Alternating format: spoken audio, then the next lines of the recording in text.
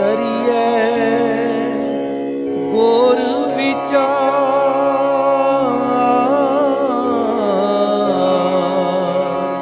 ਨਾਨਕ ਬੇੜੀ ਸੱਚ ਕੀ ਤਰੀਏ ਗੁਰ ਵਿਚਾਰ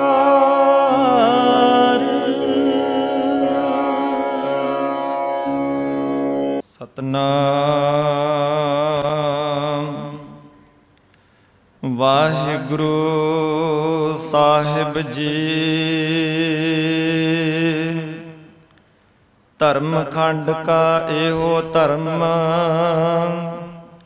ਗਿਆਨ ਖੰਡ ਕਾ ਕੋ ਕਰਮ ਕੀਤੇ ਪਵਨ ਪਾਣੀ ਵੈ ਸੰਤਰ ਕੀਤੇ ਕਾਨ ਮਹੇਸ਼ ਕੀਤੇ ਬ੍ਰਹਮੇ ਘਾੜਤ ਘੜੀਐ ਰੂਪ ਰੰਗ ਕੇ ਵੇਸ ਕੀਤੀਆਂ ਕਰਮ ਭੂਮੀ ਮੇਰ ਕੀਤੇ ਕੀਤੇ ਧੂਪ ਦੇਸ ਕੀਤੇ ਇੰਦ ਚੰਦ ਸੂਰ ਕੀਤੇ ਕੀਤੇ ਮੰਡਲ ਦੇਸ ਕੀਤੇ ਸਿੱਧ ਬੁੱਧ ਨਾਥ ਕੀਤੇ ਕੀਤੇ ਦੇਵੀ ਵੇਸ ਕੀਤੇ ਦੇਵ ਦਾਨਵ ਮੁਨ ਕੀਤੇ ਕੀਤੇ ਰਤਨ ਸਮੁੰਦ ਕੀਤੀਆਂ ਖਾਣੀ ਕੀਤੀਆਂ ਬਾਣੀ ਕੀਤੇ ਪਾਤ ਨਰਿੰਦ ਕੀਤੀਆਂ ਸੁਰਤੀ ਸੇਵਕ ਕੀਤੇ ਨਾਨਕ ਅੰਤ ਨ ਅੰਤ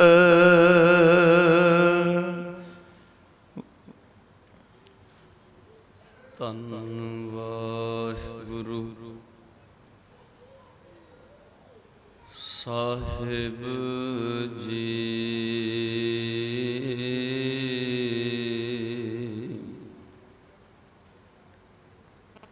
ਹਮੇ ਅਵਗੁਣ ਭਰੇ ਇੱਕ ਗੁਣ ਨਾਹੀ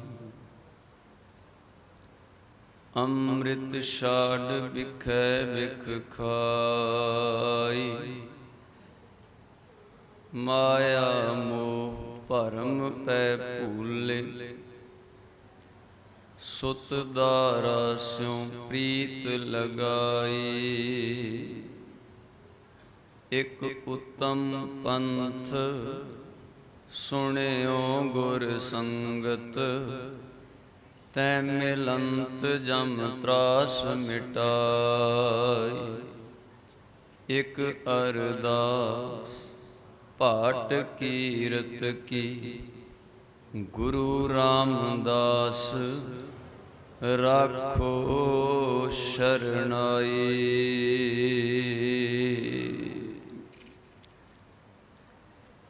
ਧਰਮ ਖੰਡ ਕਾ ਇਹੋ ਧਰਮ ਗਿਆਨ ਖੰਡ ਕਾ ਆਖੋ ਕਰਮ ਪਰਮ ਸਨਮਾਨਯੋਗ ਚੌਰ ਤਖਤ ਦੇ ਮਾਲਕ ਦੋ ਜਹਾਂ ਵਾਲੇ ਗਰੀਬ ਨਿਵਾਜ ਧੰਨ ਸ਼੍ਰੀ ਗੁਰੂ ਗ੍ਰੰਥ ਸਾਹਿਬ ਪਾਤਸ਼ਾਹ ਜੀ ਦੀ ਪਾਵਨ ਪਵਿੱਤਰ ਹਜ਼ੂਰੀ ਅੰਦਰ ਸੁਭਾਏਮਾਨ ਗੁਰੂ ਸਵਾਰੀ ਸਾਧ ਸੰਗਤ ਜੀਓ, ਗੁਰੂ ਬਾਣੀ ਵਿਚਾਰਨ ਤੋਂ ਪਹਿਲਾਂ ਸਾਹਿਬ ਜੀ ਦੇ ਮੁਕੱਦਸ ਕਦਮਾਂ ਵਿੱਚ ਸਤਿਕਾਰ ਸਹਿਤ ਨਿਵਾਵੋ ਸੀਸ। ਰਲ ਮਿਲ ਆਖੋ ਜੀ ਸਤਨਾਮ ਵਾਹਿਗੁਰੂ ਸਾਹਿਬ ਜੀ। ਅੱਜ ਦੇ ਅਮੋਲਕ ਬਚਨ ਧੰਨ ਸ਼੍ਰੀ ਗੁਰੂ ਨਾਨਕ ਦੇਵ ਸਾਹਿਬ ਪਾਤਸ਼ਾਹ ਜੀ ਦੀ ਪਾਵਨ ਰਸਨਾ ਤੋਂ ਉਚਾਰਨ ਕੀਤੇ ਹੋਏ ਜਪ ਬਾਣੀ ਦੇ ਸਿਰਲੇਖ ਹੇਠ 35ਵੀਂ ਪੌੜੀ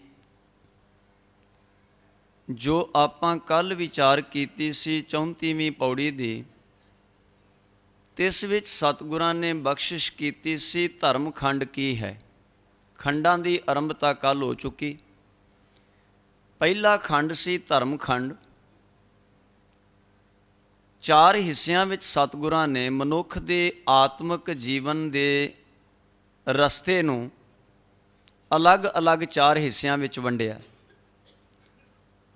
ਕਦੋਂ ਇਨਸਾਨ ਦੀ ਕੀ ਅਵਸਥਾ ਹੋਵੇ ਤੇ ਇਨਸਾਨ ਦੀ ਸੋਚ ਕੀ ਹੁੰਦੀ ਹੈ, ਅਵਸਥਾ ਤਬਦੀਲ ਹੋਈ ਤੇ ਸੋਚ ਵਿੱਚ ਬਦਲਾਵ ਕਿਵੇਂ ਆਇਆ, ਫਿਰ ਅਵਸਥਾ ਬਦਲੀ, ਤੀਜੇ ਖੰਡ ਪੁੱਜੇ ਤੇ ਅਵਸਥਾ ਕੀ ਬਣ ਜਾਏਗੀ, ਤੇ ਚੌਥੇ ਖੰਡ ਵਿੱਚ ਅਵਸਥਾ ਕਿੱਦਾਂ ਦੀ ਰੱਬ ਵਰਗੀ ਹੋ ਜਾਂਦੀ ਹੈ। ਦੂਸਰਾ ਖੰਡ ਅੱਜ ਆਰੰਭ ਹੈ, ਜਿਸ ਵਿੱਚ ਸਾਹਿਬ ਨੇ ਪ੍ਰਾਰੰਭਕ ਬਚਨ ਜਿਹੜੇ ਬਖਸ਼ੇ ਨੇ ਨਾ, ਉਹ ਪਿਛਲੀ ਪੌੜੀ ਦਾ ਸੰਕੇਤ ਹੈ, ਧਰਮ ਖੰਡ ਦਾ ਸੰਕੇਤ ਹੈ। ਬਚਨ ਬਖਸ਼ੇ ਹਨ ਧਰਮ ਖੰਡ ਕਾ ਇਹੋ ਧਰਮ। ਧਰਮ ਖੰਡ ਕਾ ਇਹੋ ਧਰਮ ਕਿਹੜਾ, ਜਿਹੜਾ ਪਿਛਲੀ ਪੌੜੀ ਵਿੱਚ ਕੱਲ੍ਹ ਆਪਾਂ ਵਿਚਾਰਿਆ ਕਿ ਮਨੁੱਖ ਪਰਿਵਾਰ ਦੇ ਕੁਟੁੰਬ ਦੇ ਮੋਹ ਵਿੱਚ ਖਚਤ ਰਹਿੰਦਾ, ਪਰ ਇਸ ਮੋਹ ਨੂੰ ਤੋੜ ਕੇ ਆਪਣੇ ਫਰਜ਼ ਨੂੰ ਪਛਾਣਨਾ ਕਿ ਇਸ ਧਰਤੀ ਉੱਤੇ ਰਹਿ ਕੇ ਮੇਰਾ ਅਸਲ ਮਕਸਦ ਕੀ ਹੈ, ਮੇਰਾ ਪ੍ਰਯੋਜਨ ਕੀ ਹੈ, ਮੇਰਾ ਮਨੋਰਥ ਕੀ ਹੈ, ਉਸ ਨੂੰ ਪਹਿਚਾਨਣਾ, ਇਹ ਧਰਮ ਖੰਡ ਦੀ ਅਵਸਥਾ ਸੀ। ਜਦੋਂ ਪਹਿਚਾਣ ਲਿਆ ਤੇ ਗੱਲ ਆਰੰਭ ਹੋ ਜਾਏਗੀ। ਜਦੋਂ ਤੱਕ ਪਹਿਚਾਣਿਆ ਹੀ ਨਹੀਂ ਉਦੋਂ ਤੱਕ ਸਾਕਤ ਸੀ, ਜਦੋਂ ਤੱਕ ਪਹਿਚਾਣਿਆ ਨਹੀਂ ਉਦੋਂ ਤੱਕ ਭਟਕਿਆ ਹੋਇਆ ਸੀ, ਜਦੋਂ ਤੱਕ ਇਹ ਗੱਲ ਸਮਝੀ ਨਹੀਂ ਕਿ ਮੈਂ ਕੀ ਕਰਨ ਇਸ ਧਰਤੀ 'ਤੇ ਆਇਆ, ਮੇਰਾ ਜੀਵਨ ਮਨੋਰਥ ਕੀ ਹੈ, ਤਾਂ ਉਦੋਂ ਤੱਕ ਸਮਝ ਲਓ ਅਸੀਂ ਭਟਕਣਾ ਵਿੱਚ ਸੀ। ਇਹ ਕਹਿ ਲਈਏ ਕਿ ਅਸੀਂ ਸੁੱਤੇ ਹੋਏ ਸੀ, ਜਾਗ ਨਹੀਂ ਸੀ ਰਹੇ। ਤੇ ਸੁੱਤੇ ਹੋਏ ਮਨੁੱਖ ਦੇ ਕੋਲ ਜੋ ਮਰਜ਼ੀ ਹੋਈ ਜਾਏ ਉਹਨੂੰ ਪਤਾ ਨਹੀਂ ਚੱਲਦਾ। ਜਾਗ ਪਵੇ ਤਾਂ ਇਰਦ ਗਿਰਦ ਕੀ ਹੋ ਰਿਹਾ ਹੈ ਉਹਨੂੰ ਪਛਾਣਨਾ ਆਰੰਭ ਕਰ ਦਿੰਦਾ। ਧਰਮ ਖੰਡ ਦੀ ਅਵਸਥਾ ਵਿੱਚ ਇਨਸਾਨ ਨੇ ਸਵਾਰਥ ਤੋਂ ਉੱਚਾ ਉੱਠ ਕੇ ਉਪਕਾਰ ਵੱਲ ਆਪਣੇ ਹੱਥ ਵਧਾਣੇ ਨੇ। ਆਪਣੇ ਪਰਿਵਾਰ ਦੇ ਸੀਮਿਤ ਦਾਇਰੇ ਵਿੱਚੋਂ ਨਿਕਲ ਕੇ ਜੋ ਕੁਦਰਤ ਨੇ ਵਿਸ਼ਾਲ ਪਰਿਵਾਰ ਰਚਿਆ ਹੈ, ਜਿਸ ਦਾ ਅੱਜ ਜ਼ਿਕਰ ਹੋਣਾ, ਉਸ ਨੂੰ ਪ੍ਰਵਾਨ ਕਰਨਾ, ਉਹਨੂੰ ਕਬੂਲ ਕਰਨਾ। ਆਪਣੇ ਛੋਟੇ ਪਰਿਵਾਰ ਨੂੰ, ਉਸ ਮੋਹ ਨੂੰ ਛੱਡਦਿਆਂ ਹੋਇਆਂ, ਜਿੱਥੇ ਮਾਂ ਸੀ, ਇੱਕ ਬਾਪ ਸੀ, ਭਰਾ ਸੀ, ਭੈਣਾਂ ਸੀ, ਸਾਡੇ ਨਿਕਟਵਰਤੀ ਜਿਹੜੇ ਸਨ, ਉਹਨਾਂ ਨੂੰ ਅਸੀਂ ਵਿਚਾਰਦਿਆਂ ਪਹਿਚਾਣ ਗਏ ਕਿ ਅਸਲ ਵਿੱਚ ਇਹ ਪਰਿਵਾਰ ਮੈਨੂੰ ਧਰਮ ਹੀ ਸਿਖਾ ਰਿਹਾ ਸੀ, ਪਰ ਮੈਂ ਧਰਮ ਸਿੱਖਿਆ ਨਹੀਂ ਸੀ। ਹੁਣ ਗੱਲ ਸਮਝ ਆਈ ਏ ਤੇ ਕੁਦਰਤ ਦਾ ਸਾਰਾ ਸੰਸਾਰ ਜੋ ਰਚਿਆ ਹੈ ਉਹ ਪਰਿਵਾਰ ਹੀ ਹੈ, ਉਸ ਪਰਿਵਾਰ ਨੂੰ ਪ੍ਰਵਾਨ ਕਰਨਾ। ਇਸ ਤਰ੍ਹਾਂ ਕਹਿ ਲਈਏ ਨੀਂਦ ਵਿੱਚੋਂ ਜਾਗ ਵੱਲ ਦਾ ਸਫ਼ਰ ਤੈਅ ਹੋ ਗਿਆ, ਜਿਸ ਨੂੰ ਅੰਮ੍ਰਿਤ ਬਾਣੀ ਵਿੱਚ ਸਤਿਗੁਰਾਂ ਨੇ ਇਸ਼ਾਰੇ ਮਾਤਰ ਇਹ ਕਿਹਾ, ਭਿੰਨੀ ਰੈਣੜੀਏ ਚਮਕਨ ਤਾਰੇ, ਹੋ ਕੀ ਰਿਹਾ ਸੀ ਜਾਗੈ ਸੰਤ ਜਨਾ ਮੇਰੇ ਰਾਮ ਪਿਆਰੇ। ਜਾਗਦੇ ਨੇ ਸੰਤ ਜਨ, ਪਰ ਜਿਨ੍ਹਾਂ ਦੇ ਅੰਦਰ ਪ੍ਰਮਾਤਮਾ ਦੀ ਪ੍ਰੀਤ ਹੈ। ਹੁਣ ਉਹ ਜਾਗਣਾ ਕੇਵਲ ਸਰੀਰ ਦਾ ਨਹੀਂ ਸੀ, ਉੱਥੇ ਅੰਤਰ ਆਤਮਾ ਦੇ ਜਾਗਣੇ ਦੀ ਗੱਲ ਹੋ ਰਹੀ ਸੀ, ਕਿਉਂਕਿ ਦੂਰੇ ਅਰਥ ਹੁੰਦੇ ਨੇ ਗੁਰਬਾਣੀ ਦੇ। ਕੁਝ ਬਾਹਰੀ ਉਦਾਹਰਨਾਂ ਦੇ ਕੇ ਤੇ ਇੱਕ ਗੱਲ ਅਗਲੀ ਕਹਿ ਦੇਣਗੇ ਅੰਦਰ ਦੀ, ਜਿੱਥੋਂ ਤੂੰ ਸੰਸਾਰ ਦੀਆਂ ਉਦਾਹਰਨਾਂ ਵਿੱਚੋਂ ਨਿਰੰਕਾਰ ਦੇ ਵੱਲ ਨੂੰ ਵਧਣਾ ਆਰੰਭ ਹੋ ਜਾਏ। ਅੱਜ ਜਿਹੜੇ ਨਵੇਂ ਪਰਿਵਾਰ ਵਿੱਚ ਅਸੀਂ ਪ੍ਰਵੇਸ਼ਤਾ ਕਰਨੀ ਆ, ਬੱਚੀ ਪਲੀ ਹੈ ਪੇਕੇ ਘਰ ਵਿੱਚ, ਪੇਕੇ ਘਰ ਵਿੱਚ ਪਲਦੀ ਹੋਈ ਬੱਚੀ ਦਾ ਮੋਹ ਮਾਂ ਬਾਪ ਨਾਲ ਸੀ, ਭੈਣਾਂ ਭਰਾਵਾਂ ਨਾਲ ਸੀ, ਸਭ ਨਾਲ ਸੀ। ਪਰ ਜਦੋਂ ਉਹ 22, 23, 24 ਵਰ੍ਹਿਆਂ ਦੀ ਹੋ ਗਈ, ਪਰਿਵਾਰ ਦੇ ਜੀਆਂ ਨੇ ਵਿਚਾਰਿਆ ਕਿ ਹੁਣ ਵਿਆਹੁਣ ਦੇ ਯੋਗ ਏ, ਇਹਦਾ ਵਿਆਹ ਕਰ ਦਿੱਤਾ ਜਾਏ। ਇੱਕ ਪਰਿਵਾਰ ਨੂੰ ਉਹਨੇ ਛੱਡਣਾ ਤੇ ਦੂਸਰੇ ਪਰਿਵਾਰ ਵਿੱਚ ਪ੍ਰਵੇਸ਼ਤਾ ਕਰਨੀ ਹੈ। ਹੁਣ ਇਹ ਸੁਖਾਲਾ ਕੰਮ ਨਹੀਂ, ਇੱਕ ਨਵੇਂ ਜਨਮ ਵਰਗਾ ਕੰਮ ਹੈ। ਕਹਿਣ ਵਾਸਤੇ ਅਸੀਂ ਲੱਖ ਵਾਰ ਕਹਿ ਦਈਏ ਕਿਹੜੀ ਵੱਡੀ ਗੱਲ ਏ, ਨਾ ਵਿਆਹੁਤਾ ਆਈਏ, ਇਹਨੂੰ ਸਾਰੇ ਕੰਮ ਝਟਪਟ ਸਮਝ ਲੈਣੇ ਚਾਹੀਦੇ ਨੇ, ਪਰਿਵਾਰ ਨੂੰ ਇੱਕਦਮ ਪ੍ਰਵਾਨ ਕਰ ਲੈ, ਐਡਾ ਸੁਖਾਲਾ ਨਹੀਂ ਹੁੰਦਾ। ਉਹ ਕਿਸੇ ਪਰਿਵਾਰ 'ਚੋਂ ਬਦਲ ਕੇ ਕਿਸੇ ਪਰਿਵਾਰ ਵਿੱਚ ਗਈ ਹੈ। ਆ ਬੂਟਾ ਧਰਤੀ ਵਿੱਚ ਲਾਈਏ ਨਾ, ਤੇ ਜਦੋਂ ਪੁੱਟ ਕੇ ਇੱਕ ਥਾਵੋਂ ਨਾਲ ਮਿੱਟੀ ਵੀ ਲੈ ਜਾਈਦੀ ਹੈ, ਉਹਦੀਆਂ ਜੜ੍ਹਾਂ ਨੰਗੀਆਂ ਨਾ ਹੋਣ, ਉਹ ਇੱਕ ਥਾਵੋਂ ਪੁੱਟ ਕੇ ਦੂਜੇ ਥਾਵੇਂ ਲਾਈਦਾ ਨਾ, ਤੇ ਇੱਕ ਵਾਰ ਉਹਦੀ ਕਰੂੰਬਲ ਜਿਹੜੀ ਉਹ ਐਂ ਮੁੜ ਜਾਂਦੀ, ਮੁਰਝਾ ਜਾਂਦੀ ਹੈ। ਕੀ ਕਾਰਨ ਸੀ? ਕਿਉਂਕਿ ਬੂਟਾ ਬਦਲਿਆ ਗਿਆ। ਇਸੇ ਤਰ੍ਹਾਂ ਜਦੋਂ ਬੱਚੀ ਇੱਕ ਪਰਿਵਾਰ 'ਚੋਂ ਦੂਜੇ ਪਰਿਵਾਰ ਵਿੱਚ ਜਾਂਦੀ ਹੈ, ਉਹਨੂੰ ਆਪਣਾ ਸਮਝਣ ਲਈ ਉਹਨੂੰ ਟਾਈਮ ਲੱਗਦਾ ਹੈ, ਪਰ ਉਸ ਪਰਿਵਾਰ ਨੂੰ ਉਤਾਵਲਾ ਨਹੀਂ ਹੋਣਾ ਚਾਹੀਦਾ। ਕੁਦਰਤ ਕਦੇ ਉਤਾਵਲੀ ਨਹੀਂ ਹੁੰਦੀ। ਸਾਨੂੰ ਕਈ ਜਨਮ ਲੱਗ ਗਏ ਨੇ ਉਸ ਪਰਿਵਾਰ ਨੂੰ ਸਮਝਣ ਲਈ ਜਿਹੜਾ ਕੁਦਰਤ ਨੇ ਬਣਾਇਆ ਹੈ, ਪਰ ਕੁਦਰਤ ਕਦੇ ਉਤਾਵਲੀ ਨਹੀਂ ਹੋਈ। ਕੁਦਰਤ ਸਦਾ ਹੀ ਪ੍ਰਵਾਨ ਦੀ ਰਹੀ। ਅੱਜ ਨਹੀਂ ਤੇ ਕੱਲ੍ਹ ਇਹ ਪ੍ਰਵਾਨ ਕਰ ਲਏਗਾ, ਕਬੂਲ ਲਏਗਾ, ਮੰਨ ਲਏਗਾ। ਇਹ ਕੁਦਰਤ ਸਾਡਾ ਪਰਿਵਾਰ ਹੈ। ਅੱਜ ਗੁਰੂ ਨਾਨਕ ਸਾਹਿਬ ਪਾਤਸ਼ਾਹ ਨੇ ਉਸ ਪਰਿਵਾਰ ਦੀ ਗੱਲ ਕੀਤੀ ਜਿਹਨੂੰ ਅਸਾਂ ਨੇ ਪ੍ਰਵਾਨ ਕਰਨਾ। ਇੱਕ ਦਾਇਰੇ 'ਚੋਂ ਨਿਕਲਣਾ ਤੇ ਦੂਸਰੇ ਦਾਇਰੇ ਵਿੱਚ ਦੂਜਾ ਖੰਡ ਜਿਹੜਾ ਹੈ ਉਹਦੇ ਵਿੱਚ ਪ੍ਰਵੇਸ਼ਤਾ ਕਰਨੀ ਆ। ਤੇ ਜ਼ਿਕਰ ਕਿਵੇਂ ਹੋ ਰਿਹਾ ਹੈ? ਗਿਆਨ ਖੰਡ ਕਾ ਆਖੋ ਕਰਮ। ਧਰਮ ਖੰਡ ਸੀ, ਫਰਜ਼ ਪਛਾਣਿਆ। ਹੁਣ ਫਰਜ਼ ਪਛਾਣਦੀ ਹੋਈ ਬੱਚੀ ਦੂਜੇ ਘਰ ਚਲੀ ਗਈ ਹੈ। ਉਹਨੇ ਉੱਥੇ ਜਾ ਕੇ ਉਹਨਾਂ ਜੀਆਂ ਨੂੰ ਸਮਝਣਾ। ਅਸੀਂ ਗਿਆਨ ਖੰਡ ਧਰਮ ਖੰਡ 'ਚੋਂ ਨਿਕਲ ਕੇ ਗਿਆਨ ਖੰਡ ਵਿੱਚ ਪ੍ਰਵੇਸ਼ਤਾ ਕਰਨੀ ਹੈ, ਤੇ ਫਿਰ ਕੁਦਰਤ ਦੀ ਬਣਾਈ ਸਾਰੀ ਪ੍ਰਕਿਰਤੀ ਨੂੰ ਅਸਾਂ ਨੇ ਸਮਝਣਾ ਹੈ। ਔਰ ਜਦੋਂ ਸਮਝ ਲਿਆ ਤੇ ਉਹਦੇ ਨਾਲ ਪਿਆਰ ਕਰਨਾ, ਉਹਦੀ ਸੇਵਾ ਕਰਨੀ, ਉਹਦਾ ਹਿੱਤ ਕਰਨਾ। ਗਿਆਨ ਖੰਡ ਕਾ ਆਖੋ ਕਰਮ। ਗਿਆਨ ਖੰਡ ਵਿੱਚ ਕੀ ਅਵਸਥਾ ਹੈ? ਹੁਣ ਸਾਹਿਬ ਜੀ ਤਿਸ ਨੂੰ ਬਿਆਨ ਕਰਨ ਜਾ ਰਹੇ ਹਨ। ਕੇਤੇ ਪਵਨ ਪਾਣੀ ਬੈਸੰਤਰ। ਕਰਤੇ ਦੀ ਕੁਦਰਤ ਵਿੱਚ ਕਿੰਨੀਆਂ ਕਿਸਮ ਦੀਆਂ ਹਵਾਵਾਂ ਨੇ, ਗੈਸਿਸ ਅਲੱਗ ਅਲੱਗ ਨੇ। ਕਿੰਨੇ ਪਾਣੀ ਨੇ। ਪਾਣੀ ਇੱਕ ਕਿਸਮ ਦਾ ਨਹੀਂ ਹੈ। ਭਾਈ ਸਾਹਿਬ ਭਾਈ ਗੁਰਦਾਸ ਜੀ ਨੂੰ ਅਗਰ ਪੁੱਛਦੇ ਆ ਤੇ ਉਹਨਾਂ ਨੇ ਉਹਦਾ ਖੁਲਾਸਾ ਕੀਤਾ। ਗੱਲ ਸਤਸੰਗ ਦੀ ਸਮਝਾਉਣ ਲਈ ਉਹਨਾਂ ਨੇ ਉਦਾਹਰਨ ਦਿੱਤੀ ਆ। ਭਾਈ ਸਾਹਿਬ ਕਹਿੰਦੇ ਨੇ, ਵੇਖੋ ਇੱਕ ਪਾਣੀ ਪੀਏ ਤੇ ਕਾਇਆ ਰੋਗੀ ਹੋ ਜਾਂਦੀ ਏ, ਇੱਕ ਜਗ੍ਹਾ ਦਾ ਪਾਣੀ ਪੀਏ ਤੇ ਕਾਇਆ ਅਰੋਗ ਵੀ ਹੋ ਜਾਂਦੀ ਹੈ। ਨਾਮ ਉਹਦਾ ਪਾਣੀ ਹੈ, ਪਰ ਪਾਣੀ ਦੀ ਕੁਆਲਿਟੀ ਅਲੱਗ ਅਲੱਗ ਹੈ, ਉਹਦੀ ਪਿਓਰਿਟੀ ਅਲੱਗ ਅਲੱਗ ਹੈ। ਕੋਈ ਮਲੀਨ ਮੈਲਾ ਤੇ ਕੋਈ ਬੜਾ ਪਿਓਰ ਹੈ, ਸ਼ੁੱਧ ਹੈ, ਉਹਨੂੰ ਪੀਤਿਆਂ ਅਰੋਗ ਹੋਈਦਾ ਹੈ। ਪਰ ਇੱਕ ਪਾਣੀ ਪੀਤਾ ਤੇ ਸਾਡੀ ਕਾਇਆ ਵਿੱਚ ਰੋਗ ਪੈਦਾ ਹੋ ਗਏ। ਹੁਣ ਸੱਚੇ ਪਾਤਸ਼ਾਹ ਮਹਾਰਾਜ ਕਹਿੰਦੇ ਨੇ, ਕੇਤੇ ਪਵਨ ਪਾਣੀ ਬੈਸੰਤਰ। ਬੈਸੰਤਰ ਕਹਿੰਦੇ ਅਗਨੀ। ਪਾਣੀ ਕਈ ਪ੍ਰਕਾਰੀ ਸੀ, ਅਗਨੀਆਂ ਵੀ ਕਈ ਪ੍ਰਕਾਰੀ ਨੇ, ਹਵਾਵਾਂ ਵੀ ਕੁਦਰਤ ਵਿੱਚ ਕਈ ਪ੍ਰਕਾਰੀ ਨੇ, ਉਹਨਾਂ ਦੀ ਗਿਣਤੀ ਗਿਣੀ ਨਹੀਂ ਜਾ ਸਕਦੀ। ਤੋ ਸਾਹਿਬ ਜੀ ਨੇ ਕਿਰਪਾ ਕਰਕੇ ਸਮਝਾਇਆ। ਜਿਵੇਂ ਭਾਈ ਸਾਹਿਬ ਦੇ ਬਚਨ ਸਨ, ਸਾਂਝੇ ਕਰਨ ਲੱਗਿਆ ਸੀ ਆਪ ਨਾਲ। ਭਾਈ ਸਾਹਿਬ ਕਹਿੰਦੇ, ਕਾਹੂ ਜਲ ਪਾਨ ਕੀਏ ਰਹਿਤ ਅਰੋਗ ਦੇਹੀ। ਕਾਹੂ ਜਲ ਪਾਨ ਵਿਆਪੈ ਬਿਰਥਾ ਬਿਲਲਾਤ ਹੈ। ਪਾਣੀ ਪੀਤਾ ਹੈ, ਕਾਇਆ ਅਰੋਗ ਹੋ ਗਈ। ਇੱਕ ਪਾਣੀ ਪੀਤਾ ਹੈ, ਕਾਇਆ ਵਿੱਚ ਰੋਗ ਪੈਦਾ ਹੋ ਗਿਆ। ਤੋ ਇਸੇ ਤਰ੍ਹਾਂ ਕਈ ਕਿਸਮ ਦੇ ਪਾਣੀ, ਕਈ ਕਿਸਮ ਦੀਆਂ ਅਗਨੀਆਂ ਨੇ। ਤੇ ਕੇਤੇ ਕਾਨ ਮਹੇਸ਼। ਕਾਨ ਕਹਿੰਦੇ ਕਨ੍ਹਈਆ, ਕ੍ਰਿਸ਼ਨ ਜੀ। ਕ੍ਰਿਸ਼ਨ ਇੱਕ ਨਹੀਂ।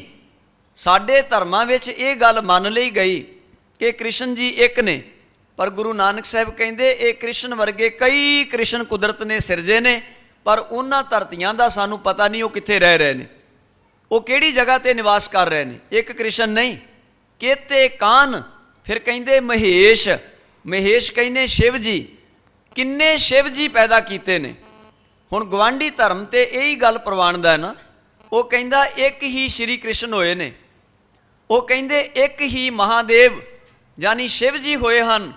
ਪਰ ਗੁਰੂ ਨਾਨਕ ਸਾਹਿਬ ਦੀ ਦ੍ਰਿਸ਼ਟੀ ਹੋਰ ਅੱਗੇ ਗਈ। ਉਹਨਾਂ ਨੇ ਆਖਿਆ ਕ੍ਰਿਸ਼ਨ ਜੀ ਇੱਕ ਨਹੀਂ, ਸ਼ਿਵ ਜੀ ਇੱਕ ਨਹੀਂ। ਇੱਦਾਂ ਦੀਆਂ ਧਰਤੀਆਂ, ਇੱਦਾਂ ਦੀਆਂ ਹਵਾਵਾਂ, ਇੱਦਾਂ ਦੇ ਪਾਣੀ ਉਸ ਕੁਦਰਤ ਵਿੱਚ ਬੇਅੰਤ ਨੇ। ਤੇ ਇਸ ਧਰਤੀ ਦੇ ਉੱਤੇ ਰਹਿਣ ਵਾਲੇ ਕਨ੍ਹਈਆ ਤੇ शिव जी वर्गे महात्मा भी बेअंत ने, उन्हां दी इत्थे कमी नहीं। केते कान महेश केते ब्रह्मे घाड़त घड़ियां, किन्ने ब्रह्मे बनाए ने निरंकार ने, ब्रह्मा एक नहीं।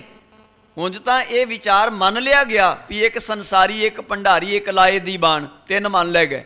पातशाह कहते तिन्ना ते ना रोक, क्योंकि कुदरत अपार है, कुदरत बेअंत है। बेअंत कुदरत नूं अपनाना तेरा ज्ञान खंड है, उन्हां बारे जानना कि की चीज़ आ। ते जदों किसे बारे असीं जान लैने आ ना, फिर उहदे नाल साडी नेड़ता बननी शुरू हो जाती है। जे वो जोग है तो नेड़ता बननी शुरू हो जाएगी, जे बंदा अजोग है तो उहदे नाल विथ पैनी शुरू हो जाएगी। जानन तो बाद ही साडी नेड़ता जां विथ पैंदी है। इसे तरह धर्म खंड विचों कर्म खंड विच प्रवेशता मानो अज्ञानता विचों ज्ञान विच प्रवेशता है। अज्ञानता सी, मैनू नहीं सी पता, ते करदा की सी, फिर हजूर नूं कहना पिया अपनी बाणी दे विच, कहन लगे वेखो पशु मिलै चंगियाइयां, खड़ खावैं अमृत दें। पता नहीं सी ना भी मैं मानस हाँ, मैं उत्तम हाँ, मैनू निरंकार ने चुनिया है अपना आप प्रगट करन लई। ये मनुख दी किस्मत है कि निरंकार ने बाकी सारे तन छड्ड के चोण मनुख दी कीती आ भी तेरे विचों मैं प्रगट होना है। सारियां चो, पशुआं च, पंछियां च, कीड़ियां च, मकौड़ियां च, पत्थरां च, दरख्तां च, सब विच वस रहा है। पानी च वसदा है, हवावां च वसदा है, अग्नि च वसदा है, पर प्रगट मनुख विचों होना। उन्हें पत्थर चों नहीं प्रगट होना, उन्हें दरख्त चों नहीं प्रगट होना, उन्हें प्रगट कित्थों होना है? प्रगट होना है उन्हें इंसान दे तन विचों। तू अपने वड भाग समझ सजना कि निरंकार ने सारी सृष्टि विचों तेरी चोण कीती है कि ऐ इंसान मैं तेरे विचों अपना आप जाहिर करना चाहुना, पर तू जाहिर करन जोग अपनी अवस्था पैदा कर। वो अवस्था किवें पैदा होवेगी? उस अवस्था नूं पैदा करन लई जिथे ब्रह्मे वर्गे अनेकां पुरुष घड़े ने, बड़े बड़े ज्ञानवान, उन्हां दे कई रंग ने, कई वेश ने, कईयां वेशां विच, कईयां रंगां विच उन्हां नूं तैयार कीता है। पर चेता रखी इन्हां नूं पहचान के तू निरंकार दे राह वल वध सकदा। ये ध्यान विच रखो, धर्म खंड तो ज्ञान खंड विच प्रवेशता है साडी। ये सफ़र तय हो रहा है पड़ाव दर पड़ाव। जिवें दूर मंजिल ते जाना होवे ते असीं इक्को वार पहुँच नहीं सकते। असीं मानो 100 को सफ़र तय कर लिया तो असीं पड़ाव कर लिया भी फलां थां ते जाके स्टे करांगे, फिर अगली सवेर चलांगे, रात विश्राम हो गया, अगे चल पे। ये खंड साडी अवस्था दे खंड ने। कुछ लोग केवल धर्म खंड विच फर्जां नूं अदा करन विच अटक गए, कुछ लोगों ने फर्ज पछाणे ते प्रकृति नाल प्यार करना आरंभ कर दिता, वो उत्थे अटक गए। अटकना नहीं, इस तो भी अगे अवस्था जिहड़ी अगले खंडां विच साहब उहदा जिक्र करनगे, उत्थे तक पहुँच के इंसान ने सचखंड की अवस्था नूं हासिल करना। तो साहिब पातशाह कहंदे ने जदों इंसान अपने आप की पहचान करदा है, फिर वो कुदरत की पहचान भी करनी आरंभ करदा है। यह सारी कुदरत निरंकार जी तुहाडी रची हुई है, ये तुसां ने बनाई है। उन्हां नाल फिर नफरत नहीं करदा, उन्हां नाल वो द्वैश नहीं रचदा, उन्हां नाल झगड़ा नहीं करदा। करते दी कुदरत नूं स्वीकार करना आरंभ कर दिंदा है अपने एक परिवार की तरह कि ये सारा मेरा परिवार है। बस दायरा छोटा सी धर्मखंड विच, हुण दायरा वड्डा हो गया तो सारी सृष्टि मेरा परिवार बन गई है। हुण ना को बैरी नहीं बेगाना, सगल संग हमको बन आई। हुण सारियां दे नाल बन आई है, किसी नाल मित्रता नहीं तो किसी नाल दुश्मनी नहीं। ये अवस्था बन गई है जदों ज्ञान पैदा होया अंदर। तो ज्ञान दे पैदा हुंदियां ही इंसान की सोच होर विशाल हो जाती है। दायरा सुंगड़दा नहीं, दायरा विशाल हुंदा जांदा है। संसारी सीमित सोच नाल सोचते ने, भगत जन असीम सोच के मालक बन जाते हैं ਤੇ ਜਿੱਦਣ ਅਸੀਮ ਸੋਚ ਪੈਦਾ ਹੋਊਗੀ ਉਦਣ ਨਿਰੰਕਾਰ ਵਿੱਚ ਅਭੇਦ ਹੋ ਜਾਂਦੇ ਆ। ਅਸੀਮ ਸੋਚ ਰੱਖਣੀ ਹੈ, ਸੋਚ ਦੀ ਸੀਮਾ ਨਹੀਂ ਬਣਾਣੀ ਕਿ ਮੇਰੀ ਸੋਚ ਇੱਥੇ ਅਟਕ ਗਈ, ਮੈਂ ਇੱਥੇ ਖਲੋ ਗਿਆ, ਮੈਂ ਇੱਥੋਂ ਤੱਕ ਧਰਮ ਕਰ ਰਿਹਾ, ਮੈਂ ਇੰਨੀ ਕੁ ਬਾਣੀ ਪੜ੍ਹ ਲੈਣਾ, ਇੱਕ ਥਾਵੇਂ ਅਟਕ ਨਹੀਂ ਜਾਣਾ। ਉਸ ਸੋਚ ਨੂੰ ਵਿਸ਼ਾਲ ਬਣਾਉਣਾ ਹੈ ਔਰ ਹਰ ਬੰਦੇ ਦੀ ਸੋਚਣ ਦੀ ਇੱਕ ਸੀਮਾ ਹੈ। ਜਿੱਦਣ ਭਗਤ ਬਣ ਗਿਆ ਉਦਣ ਅਸੀਮ ਹੋ ਜਾਂਦਾ, ਉਦਣ ਉਹਦੀ ਸੋਚਣ ਦੀ ਸੀਮਾ ਦੇ ਬੰਧਨ ਖਤਮ ਹੋ ਜਾਂਦੇ ਨੇ, ਭਗਤਾਂ ਦੇ ਬੰਧਨ ਸਮਾਪਤ ਹੋ ਜਾਂਦੇ ਨੇ। ਉਹਨਾਂ ਵਾਸਤੇ ਕੋਈ ਬੰਧਨ ਨਹੀਂ, ਉਹਨਾਂ ਨੂੰ ਮਿਲ ਜੋ ਗਿਆ ਬੰਧਨ ਕਾਟਨ ਹਾਰ ਸੁਆਮੀ, ਜਨ ਨਾਨਕ ਸਿਮਰੈ ਅੰਤਰਜਾਮੀ। ਉਹਨਾਂ ਦੇ ਬੰਧਨ ਟੁੱਟ ਗਏ ਔਰ ਉਹ ਅਸੀਮ ਨਿਰੰਕਾਰ ਦੇ ਵਿੱਚ ਅਭੇਦ ਹੋ ਗਏ। ਵੇਖੋ ਮਹਾਤਮਾ ਬੁੱਧ ਬੈਠੇ ਨੇ ਦਰਖਤ ਦੇ ਥੱਲੇ, ਤੇ ਦਰਖਤ ਥੱਲੇ ਬੈਠ ਕੇ ਮਹਾਤਮਾ ਬੁੱਧ ਨੂੰ ਗਿਆਨ ਹਾਸਲ ਹੋਇਆ। ਇਹ ਗੱਲ ਆਪਾਂ ਸਾਰੇ ਜਾਣਦੇ ਹਾਂ। ਜਿਸ ਦਰਖਤ ਥੱਲੇ ਬਹਿ ਕੇ ਮਹਾਤਮਾ ਬੁੱਧ ਨੂੰ ਗਿਆਨ ਹਾਸਲ ਹੋਇਆ, ਉਹ ਦਰਖਤ ਦੇ ਉੱਤੇ ਵੀ ਕੁਦਰਤ ਉਦਾਂ ਹੀ ਵਰਸ ਰਹੀ ਸੀ ਜਿਵੇਂ ਮਹਾਤਮਾ ਬੁੱਧ ਤੇ। ਦਰਖਤ ਅਚੇਤ ਹੈ ਤੇ ਮਨੁੱਖ ਸੁਚੇਤ ਹੈ। ਪੱਥਰ ਅਚੇਤ ਨੇ, ਮਨੁੱਖ ਸੁਚੇਤ ਹੈ। ਜਿਤਨੀ ਬਨਸਪਤੀ, ਜਿਤਨੇ ਜੀਵ ਜੰਤੂ, ਜਿਤਨੀ ਲੋਕਾਈ ਪੈਦਾ ਕੀਤੀ ਆ, ਸਭ ਉੱਤੇ ਨਿਰੰਕਾਰ ਦੀਆਂ ਬਖਸ਼ਿਸ਼ਾਂ ਬਰਾਬਰ ਵਰਸ ਰਹੀਆਂ ਨੇ, ਪਰ ਉਹ ਅਚੇਤ ਨੇ, ਉਹਨਾਂ ਦੇ ਕੋਲ ਚੇਤਨ ਸੱਤਾ ਨਹੀਂ। ਇਸ ਕਰਕੇ ਉਹ ਕਰਤੇ ਦੀ ਕੁਦਰਤ, ਸਾਰੀ ਕੁਦਰਤ ਨੂੰ ਪਿਆਰ ਨਾ ਕਰ ਸਕੇ। ਤੇ ਜਿਹੜਾ ਮਨੁੱਖ ਹੈ ਉਹ ਚੇਤਨ ਹੈ, ਉਹਨੇ ਪਹਿਚਾਣ ਲਿਆ ਕਿ ਕਰਤੇ ਦੀ ਰਹਿਮ ਹਰ ਤਰਫ ਤੋਂ ਵਰਸ ਰਹੀ ਆ। ਉਸ ਦਰਖਤ ਤੇ ਵੀ ਵਰਸ ਰਹੀ ਸੀ ਜਿਹਦੇ ਥੱਲੇ ਮਹਾਤਮਾ ਬੁੱਧ ਬੈਠੇ ਨੇ। ਅੱਜ ਜਿੱਥੇ ਤੁਸੀਂ ਬੈਠੇ ਹੋ, ਤੁਸੀਂ ਗੱਲ ਪਹਿਚਾਣਦੇ ਹੋ, ਪਰ ਇਹ ਇਮਾਰਤ ਨਹੀਂ ਪਹਿਚਾਣਦੀ। ਪਰ ਇਮਾਰਤ 'ਚ ਕਰਤਾ ਨਹੀਂ ਹੈ, ਇਹਦੇ ਵੀ ਕਣ ਕਣ ਵਿੱਚ ਹੈ, ਇਹ ਵੀ ਗਰਦਸ਼ ਵਿੱਚ ਹੈ।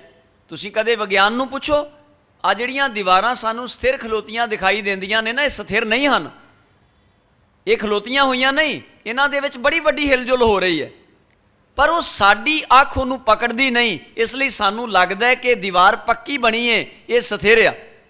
ਇਹ ਸਿਰਫ ਕਣ ਨੇ, ਉਹ ਜਿਹੜੇ ਮਹੀਨ ਕਣ ਉਹ ਗਰਦਸ਼ ਕਰ ਰਹੇ ਆ, ਉਹ ਚੱਲ ਰਹੇ ਆ। ਇਸੇ ਵਾਸਤੇ 20 ਸਾਲਾਂ ਬਾਅਦ, 30 ਸਾਲਾਂ ਬਾਅਦ ਇਮਾਰਤ ਜਿਹੜੀ ਹੈ ਉਹ ਜ਼ਜਰੀ ਹੋ ਜਾਂਦੀ ਹੈ। ਅਸੀਂ ਆਖਿਆ ਵੀ ਲੈਂਟਰ ਪਾਇਆ ਉੱਤੇ, ਇਹਦੀ ਉਮਰ ਹੈ 100 ਸਾਲ, ਤੇ 100 ਸਾਲ ਤੱਕ ਉਹਦੀ ਅਵਧੀ ਬੰਨ ਲਈ ਗਈ, ਪਰ ਆਖਿਰ ਉਹ ਜੀਰਨ ਹੋ ਗਿਆ। ਕਿਉਂ ਹੋ ਗਿਆ? ਜੇ ਉਹ ਪੱਕਾ ਸਥਿਰ ਹੁੰਦਾ ਤੇ ਉਹ ਕਦੇ ਜੀਰਨ ਨਾ ਹੁੰਦਾ। ਇਹਦਾ ਮਤਲਬ ਹੈ ਉਹਦੇ ਅੰਦਰ ਹਰਕਤ ਚੱਲ ਰਹੀ ਹੈ, ਪਰ ਉਹ ਹਰਕਤ ਸਾਨੂੰ ਦਿਖਾਈ ਨਹੀਂ ਦਿੰਦੀ। ਇਹ ਅਚੇਤ ਹੈ, ਉਹਨੂੰ ਸੋਝੀ ਨਹੀਂ ਕਿ ਮੇਰੀ ਉਮਰ ਬੀਤ ਰਹੀ ਆ। ਇੱਕ ਮਨੁੱਖ ਐਸਾ ਬਣਾਇਆ ਹੈ ਜਿਹਨੂੰ ਇਹ ਗੱਲ ਪਤਾ ਹੈ ਕਿ ਮੇਰੀ ਉਮਰ ਬੀਤ ਰਹੀ ਹੈ ਔਰ ਮੈਂ ਇਸ ਉਮਰ ਨੂੰ ਸੰਭਾਲਣਾ ਕਿੱਦਾਂ। ਇਹ ਗਿਆਨ ਖੰਡ ਦੀ ਅਵਸਥਾ। ਗਿਆਨ ਖੰਡ ਵਿੱਚ ਪੁੱਜਿਆ, ਇਹ ਗੱਲ ਸਾਨੂੰ ਸਮਝ ਪੈਣੀ ਹੈ ਕਿ ਹਰ ਚੀਜ਼ ਵਿੱਚ ਪਰਮਾਤਮਾ ਹੈ। ਕਿਰਪਾ ਹਰ ਇੱਕ ਜੀਵ ਤੇ ਵਰਸ ਰਹੀ ਆ, ਪਰ ਹਰ ਜੀਵ ਉਸ ਕਿਰਪਾ ਨੂੰ ਪਛਾਣ ਨਹੀਂ ਰਿਹਾ। ਉਸ ਨੂੰ ਪਛਾਣਨਾ ਹੈ ਤੇ ਕੇਵਲ ਮਨੁੱਖ ਦੇ ਹਿੱਸੇ ਆਇਆ ਹੈ। ਉਹ ਪਛਾਣਦਾ ਹੈ ਤੇ ਨਿਰੰਕਾਰ ਦੇ ਰਾਹ ਉੱਤੇ ਹੋਰ ਅੱਗੇ ਕਦਮ ਪੁੱਟ ਲੈਂਦਾ, ਹੋਰ ਅੱਗੇ ਵੱਧਦਾ, ਹੋਰ ਅੱਗੇ ਸਫ਼ਰ ਤੈਅ ਕਰਦਾ, ਕਿਉਂਕਿ ਉਹਦੀ ਸੋਚ ਦਾ ਦਾਇਰਾ ਵਿਸ਼ਾਲ ਹੁੰਦਾ ਗਿਆ ਔਰ ਆਪਣੀ ਸੋਚ ਵਿੱਚ ਉਹਨੇ ਸਾਰਿਆਂ ਨੂੰ ਸਮੇਟ ਲਿਆ। ਸਾਡੀਆਂ ਬਾਹਾਂ ਸਾਡੇ ਆਪਣਿਆਂ ਲਈ ਉੱਠਦੀਆਂ ਨੇ ਵੀ ਆਓ ਮੈਂ ਤੁਹਾਨੂੰ ਗਲ ਨਾਲ ਲਾ ਲਵਾਂ। ਇੱਕ ਮਾਂ ਦਾ ਹੱਥ ਉੱਠਦਾ ਹੈ ਆਸ਼ੀਰਵਾਦ ਦੇਣ ਲਈ, ਦੁਸ਼ਮਣ ਦੇ ਪੁੱਤਰ ਦੇ ਸਿਰ ਤੇ ਉਹਦਾ ਹੱਥ ਨਹੀਂ ਕਦੇ ਜਾਂਦਾ, ਪਰ ਆਪਣੇ ਪੁੱਤਰ ਦੇ ਸਿਰ ਤੇ ਹੱਥ ਜਾਂਦਾ। ਆਪਣੇ ਪੁੱਤਰ ਦੇ ਸਿਰ ਤੇ ਹੱਥ ਰੱਖਦੀ ਹੈ ਤੇ 100 ਅਸੀਸਾਂ ਦੇ ਦਿੰਦੀ ਹੈ ਇੱਕੋ ਜ਼ੁਬਾਨ ਤੋਂ, ਪਰ ਪੁੱਤਰ ਦੁਸ਼ਮਣ ਦਾ ਆ ਜਾਏ ਤੇ ਅੱਖਾਂ ਫੇਰ ਲੈਗੀ, ਨਫ਼ਰਤ ਕਰੇਗੀ। ਮਾਂ ਤੇਰਾ ਜਿਹੜਾ ਦਾਇਰਾ ਹੈ ਉਹ ਵਿਸ਼ਾਲ ਨਹੀਂ ਹੋਇਆ, ਤੂੰ ਅਜੇ ਗਿਆਨ ਖੰਡ ਵਿੱਚ ਪੁੱਜੀ ਨਹੀਂ। ਜਿੱਦਣ ਗਿਆਨ ਖੰਡ ਵਿੱਚ ਆ ਗਈ ਉਸ ਦਿਨ ਦੁਸ਼ਮਣ ਦੇ ਪੁੱਤ ਦੇ ਸਿਰ ਤੇ ਹੱਥ ਰੱਖ ਕੇ ਵੀ ਆਖੇਂਗੀ ਵਾਹਿਗੁਰੂ ਤੈਨੂੰ ਸਮਤ ਬਖਸ਼ੇ। ਇਹ ਦਾਇਰਾ ਵਿਸ਼ਾਲ ਹੋਣਾ ਚਾਹੀਦਾ, ਦਾਇਰਾ ਸੀਮਤ ਨਹੀਂ। ਜਦੋਂ ਤੱਕ ਤੂੰ ਬੇਗਾਨਿਆਂ ਦੇ ਸਿਰਾਂ ਤੇ ਹੱਥ ਰੱਖ ਕੇ ਅਸੀਸ ਨਹੀਂ ਦੇ ਰਹੀ, ਅਜੇ ਤੇਰੇ ਮਨ 'ਚ ਭਿੰਨ ਭੇਦ ਏ ਕਿ ਮੇਰੇ ਆਪਣੇ ਤੇ ਵਿਕਾਸ ਕਰ ਜਾਣ ਪਰ ਬੇਗਾਨੇ ਨਹੀਂ, ਉਦੋਂ ਤੱਕ ਅਜੇ ਅਸੀਂ ਸੀਮਿਤ ਹਾਂ, ਅਜੇ ਅਸੀਂ ਗਿਆਨ ਖੰਡ ਦੀ ਅਵਸਥਾ ਨੂੰ ਉਪਲਬਧ ਹੋਏ ਨਹੀਂ। ਇਸ ਅਵਸਥਾ ਵਿੱਚ ਪੁੱਜਣ ਲਈ ਆਪਣਾ ਵਿਸ਼ਾਲ ਦਾਇਰਾ ਬਣਾ ਲਈਏ। ਹੁਣ ਵੇਖੋ ਨਦੀਆਂ ਨੇ, ਨਾਲੇ ਨੇ, छोटे छोटे वाहड़े ने, टोबे ने, उन्हां दा एक दायरा है, वो साडे एक परिवार की तरह ने। पर जदों वरखा तेज हुंदी, हड़ आउंदा है, तो सारा पानी इकट्ठा होकर सारिਆਂ ਨੂੰ अपने विच मिला के समुंदर विच जा सुੱਟਦਾ है, तो उदों वो सारे समुंदर बन जाते। वो नदियाँ, वाहड़े, टोबे, छोटियां नदियां नहीं रहिंदियां, वो सारे समुंदर का रूप बन जाते हैं। जदों ज्ञान खंड की अवस्था विच पुजे, भावें वो ब्रह्मा है, भावें वो शिव जी ने, भावें वो कन्हैया श्री कृष्ण ने, भावें अगन है, भावें पौन है, भावें पानी है, हर चीज़ जे उन्होंने देखदियां ही इंसान दे चित्त विच ख्याल आएगा, वाहिगुरू ये सब कुछ तेरा रचिया है, इन्हां दे विच कदे कुछ बुरा नहीं हो रहा, जो हो रहा तेरी रज़ा च चंगा ही हो रहा। कर्म करना। और मैं बेनती कर रहा सी, पत्थर अचेत है, दरख्त अचेत है तो जोनियां ही ना, है जोनियां पर अचेत ने। पैरां हेठां जमीन है, अचेत है, पानी है, अचेत है, अग्न है, अचेत है। उन्होंने जेड़ा मर्जी जला दे किसी के नुकसान लई, उन्हें नुकसान कर देना। वो किसी के चुल्हे च भले लिए जला दे तो उन्हें किसी का भला कर देना। उन्होंने जिथे वरतोगे उन्हें वरती जाना। वो अचेत है, उन्होंने पता नहीं। इंसान नूं परमात्मा ने ये बख्शिश भरी सुमत दी है, ये अपनी सुमत का इस्तेमाल करके इस कुदरत नूं जो निरंकार ने रची है उन्होंने ढंग नाल पहचान के उस सफ़र नूं तय करन लई यतनशील होया रहिंदा। कारज पत्थर भी कर रहे हैं, दरख्त भी कर रहे हैं, पशु भी कर रहे हैं, ते कारज मनुख भी कर रहा है। पर एक वो मनुख है जिहड़ा कुदरत दे कीते ते उलामे दिंदा है। उदाहरण के तौर पर कह दें भी घर में सुआणी भोजन बना रही है, भोजन बनाने वाली सुआणी ने भोजन बनाना है, उसकी जिम्मेवारी है, वह धर्म है। पिछला खंड सी वह, ये फर्ज सी वह, उन्हें भोजन बनाना। जे तो वो अपनी मजबूरी समझ के भोजन तैयार कर रही है तो अजे वो अचेतता विच है। वो भोजन तैयार करदियां मजबूरी विच कहिंदी है जिहड़ा फाहा मेरे गल पिया है ये तो निभाउणा ही पैना है। रोटियां वो भी पकाउंदी है, सब्जी वो भी बनाउंदी है, परोसदी वो भी है, जल पानी वो भी देंदी है। वो मत्थे ते त्यूड़ी पा के खिजी हुई लड़दी कुड़ कुड़ करदी बनाउंदी है। पर एक सुआणी वो है जिहड़ी कहिंदी मेरा फर्ज है, पर मैं अपने फर्ज नूं खुशी नाल क्यों ना स्वीकार कर लवां। वो भोजन बनाउंदी है, पदार्थ तैयार करदी है, बाणी पढ़ रही है, कुछ गुण गणाउंदी है, मुस्करांदी मुस्करांदी सारियां दे अगे परोस के रख देंदी है, सारियां नूं जीओ आया कहिंदी है, सब नूं प्यार सत्कार देंदी है। हुण दसो परिवार नूं दोनां विचों किहड़ी सुआणी चंगी लगेगी? जिहड़ी जल के कुड़ के बुड़ बुड़ करके बनाउंदी है जां जिहड़ी प्यार नाल हसदी हसदी सारियां नूं परोस देंदी है? कौन चंगी लगेगी? जिहड़ी खुश हो के परोस रही है। गुरु की संगत कुदरत साडा परिवार है। असीं कुदरत दे बंदियां नाल, उहदे जीवां नाल, उस दी सृष्टि नाल जदों द्वेष करते हैं, उन्हां प्रति दिल विच नफरत ते गिलानी पैदा करते हैं, तो समझ लेना कुदरत नूं तुसीं पसंद नहीं आउंदे ते जिद्दण खुशी खुशी नाल सारी दुनिया नूं स्वीकार कर लैने ये जा रहा है, ये भी कुदरत दा बनाया बंदा है, मेरा फर्ज है मैं इसदी मदद कर दियां। उदण कुदरत उस मनुख ते रीझदी आ और उन्हों ज्ञान खंड की अवस्था प्रदान कर देंदी है और वह मनुख खुशहाल जीवन जीना आरंभ कर देंदा है। उहदी जिंदगी दे झोरे दुख तकलीफां शांत हो जांदियां ने, उहदा झुरना खत्म हो गया। सफलता तां मिलदी है जे हौसले ना हारीए। विश्वास डोलना नहीं चाहिए ते हौसला हारना नहीं चाहिए। जिहड़े बंदे हौसले हार जाते हैं, विश्वास डोल जाता है, वो कदे सफल नहीं होंगे। देखो पतझड़ दरख्तां ते भी आई है, पर दरख्तां ने कदे नहीं आख्या कि कुदरत ने साडे ते करोपी कीती है, साडे सारे पत्ते झाड़ सुट्टे ने। उन्होंने नहीं आख्या कदे। जदों फिर बसंत बहार आई, उन्हां झड़े हुए पत्तियां वाले दरख्तां नूं नवीं करूंबलां, नवे अंकुर फिर निकल आए। दरख्तां ने गिला नहीं किया, पत्त झड़ विच गिला नहीं किया। जदों अंकुर निकले तो उन्होंने कुदरत की रजा नूं स्वीकार कर लिया। इंसान कुदरत नूं स्वीकार करना तेरा इस तरह का धर्म है जिवें पतझड़ मानो दुख है ते बसंत बहार मानो खुशियां ने, सुख है। जदों दुख आवे ते दरख्त की तरह पतझड़ नूं भी परवान लै, ते जदों सुख आवे उन्हां दरख्तां की तरह उस बसंत बहार नूं भी स्वीकार कर लै। कुदरत तेरे उत्ते रीझ के परमात्मा तक तैनूं पहुंचा देगी, पर तेरी सोच विशाल होनी चाहिए। कुदरत नूं समझ, बस ये समझना ही ज्ञान खंड है। हुण जिहड़ी गल साडे समझ नहीं पैंदी, किसी बंदे नूं समझाउणा होवे, असीं कहने भी तैनूं ये गल नहीं समझ पैंदी, क्योंकि तेरी अजे सोच का दायरा बड़ा छोटा है, तो छोटे दायरे विच इंसान जिहड़ा उस गल नूं कई बार पकड़ नहीं पाउंदा कि गल कही की जा रही है। 4 साल का एक बच्चा स्कूल विच पढ़न गया, तो उन्होंने कन्ना तो थोड़ा उच्चा सुनाई देंदा सी। कुदरती उहदे कंन कमज़ोर सन। पढ़े लिखे सज्जन बैठे ने, तुहाडे ज़हन च आ जाएगा जदों मैं जिक्र करांगा। करिए गोर विचार